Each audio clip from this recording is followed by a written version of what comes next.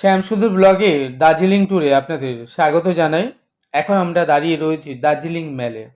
এখন অবশ্য ভিড়টা যথেষ্ট কম।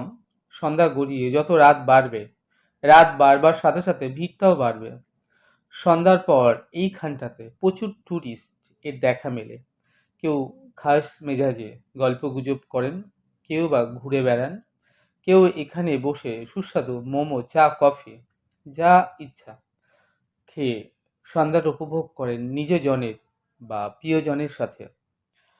সন্ধ্যার পর এখানে এত ভিড় হয় যে বসবার জায়গাটা পর্যন্ত মেলা ভার হয়ে ওঠে।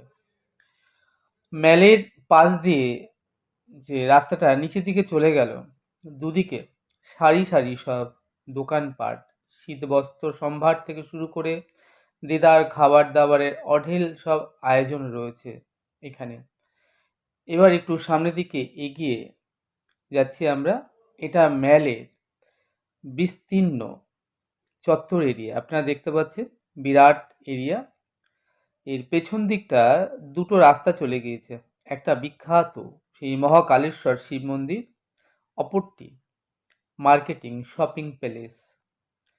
আমি ম্যালের পুরো চত্বরটি মোবাইলে ভিডিওগ্রাফি সাহায্যে আপনাদেরকে ঘুরিয়ে দেখাচ্ছি। দেখুন কি বিরাট। আমাকে দেখতে পাচ্ছেন, আমি শ্যাম সুন্দর। আমি দার্জিলিং ম্যালের সামনে দাঁড়িয়ে রয়েছি।